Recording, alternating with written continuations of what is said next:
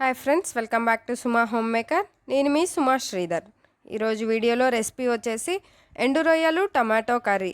ఎండు రొయ్యలతో టమాటా కర్రీ చాలా simple and టేస్టీగా తయారు చేసుకోవచ్చు అండి. చాలామంది ఇష్టంగా తినరు, కానీ ఈ ఎండు రొయ్యల కర్రీ అయితే సూపర్ టేస్ట్ ఉంటుందండి. వీటిని స్మెల్ రాకుండా ఎలా కుక్ చేసుకోవాలో నేను పూర్తి వివరాలతో వీడియో చేస్తున్నాను. స్కిప్ చేయకుండా ఎండ్ వరకు చూసి నచ్చితే లైక్ చేసి సబ్స్క్రైబ్ చేసుకోండి. ఈ ఎండు రొయ్యలు టమాటా కర్రీ కోసం నేను 100 గ్రామ్స్ ఎండు రొయ్యలను అయితే తీసుకున్నానండి. ఈ ఎండు రొయ్యలు మనకి ఏ మార్కెట్లో అయినా అవైలబుల్గా ఉంటాయి. ఈ ఎండు రొయ్యలన్నిటిని ఒక ప్లేట్లోకి తీసుకొని వీటికి తలా కాళ్ళను తీసి ఇక్కడ నేను చూపిస్తున్న విధంగా ఒక్కొక్క రొయ్యకి తలా కాళ్ళను అయితే తీసేసుకొని అన్నిటినీ ఒక బౌల్లోకి అయితే తీసుకోవాలండి. ఇవి కొంచెం చిన్న చిన్నగా ఉన్నవి, మనకి ఇంకొంచెం పెద్దగా కూడా ఉంటాయి రొయ్యలు. ఈ ఎండు రొయ్యలు వాసన కర్రీ చేస్తే వీధి వీధంతా వస్తుందండి. అంత మంచిగా అయితే తయారు చేసి చూపిస్తున్నాను. ఇక్కడ నేను చూపిస్తున్నట్టు తలని కాళ్ళని వేరు చేసుకుంటేనే మనకి కూర అనేది టేస్ట్గా చూడటానికి కూడా నీట్గా ఉంటుందండి. ఈ తలా కాళ్ళు మిగతా పొట్టు వస్తుంది కదండి, దాన్ని పడేయకుండా మనం కారం పొడి కూడా కొట్టుకోవచ్చు.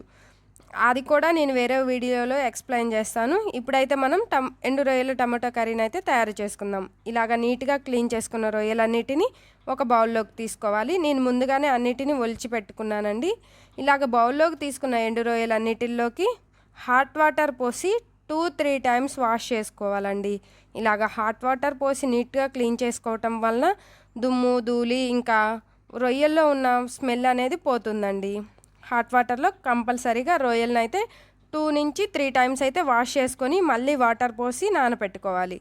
అవి నానేలోపు స్టవ్ మీద ఒక ప్యాన్ ఉంచి ప్యాన్లోకి 4 టేబుల్ స్పూన్ల ఆయిల్ని వేసి ఆయిల్ బాగా హీట్ ఎక్కిన తర్వాత తాలింపు గింజల్ని వేసుకొని సన్నగా కట్ చేసుకున్న ఉల్లిపాయ ముక్కల్ని కూడా యాడ్ చేసుకొని 2 రెమ్మల కరివేపాకుల్ని కూడా యాడ్ చేసి గెరెడతో మొత్తాన్ని ఒకసారి కలయి తిప్పి అవి కొంచెం మగ్గిన తర్వాత 1 టేబుల్ స్పూన్ సాల్ట్ని వేసి అవి కొంచెం మగ్గిన తర్వాత మనం ముందుగా నానబెట్టుకున్న ఎండు రొయ్యల్ని ఈ తాలింపులోకి అయితే యాడ్ చేసుకోవాలి. తాలింపులోకి యాడ్ చేసుకొని గరిటెతో తిప్పుకుంటూ ఆయిల్లో బాగా రొయ్యల్ని బ్రౌన్ కలర్ వచ్చేంత వరకు ఫ్రై చేసుకోవాలి. ఈ రొయ్యలు అనేవి బ్రౌన్ కలర్లోకి వస్తే రొయ్యలు బాగా గట్టిపడి బాగా కూరకు అనేది మంచి స్మెల్ అయితే వస్తాయండి. సన్నగా కట్ చేసుకున్న పచ్చిమిర్చీలు వేసుకొని రొయ్యలు బ్రౌన్ కలర్ వచ్చిన తర్వాత అందులోకి 1 టేబుల్ స్పూన్ అల్లం వెల్లుల్లి పేస్ట్ వేసి అల్లం వెల్లుల్లి పేస్ట్ని పచ్చివాసన పోయేంత వరకు ఆయిల్లో బాగా ఫ్రై చేసుకోవాలి. గెరెటతో తిప్పుకుంటూ ఎక్కడా మాడిపోకుండా గెరెటతో తిప్పుకుంటూ అల్లం వెల్లుల్లి పేస్ట్ పచ్చివాసన పోయిన తర్వాత ముందుగా కట్ చేసి పెట్టుకున్న 1 కప్పు టమాటా ముక్కల్ని కూడా ఇందులోకి యాడ్ చేసుకొని 1 టేబుల్ స్పూన్ పసుపుని కూడా యాడ్ చేసుకొని గెరెటతో మొత్తాన్ని ఒకసారి కలయి తిప్పి మూత పెట్టి 5-10 నిమిషాల పాటు మీడియం ఫ్లేమ్లో కుక్ చేసుకుంటే మనకి టమాటాలు బాగా మగ్గిపోయి ఆయిల్ అయితే పైకి వస్తుందండి. ఇలా ఆయిల్ పైకి వచ్చిన తర్వాత మనం అందులోకి కొంచెం కొత్తిమీర 2 టేబుల్ స్పూన్ల కారము యాడ్ చేసుకొని మొత్తాన్ని ఒకసారి గరిటెతో కలయి తిప్పి ఆయిల్ అనేది పైకి ఊరేంత వరకు మనం కలయి తిప్పుకుంటూనే ఉండాలి. అలా ఆయిల్ పైకి వస్తే కూర అనేది బాగా మగ్గి అన్ని మసాలాలు పచ్చివాసన పోయి ఉంటాయి.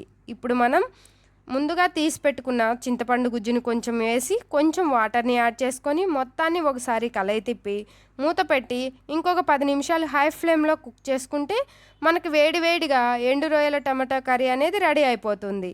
మనకి గ్రేవీ అనేది ఎంత కన్సిస్టెన్సీ కావాలో అంత వాటర్ అయితే యాడ్ చేసుకుంటే మనకి ఎండు రొయ్యల టమాటా కర్రీ అనేది రెడీ అయిపోతుంది. ఈ ఎండు రొయ్యల టమాటో కర్రీని రాగి ముద్ద అన్నంలోకి తింటే సూపర్ టేస్ట్గా ఉంటుంది. మా వీడియో కనుక నచ్చితే please like, share and subscribe my channel.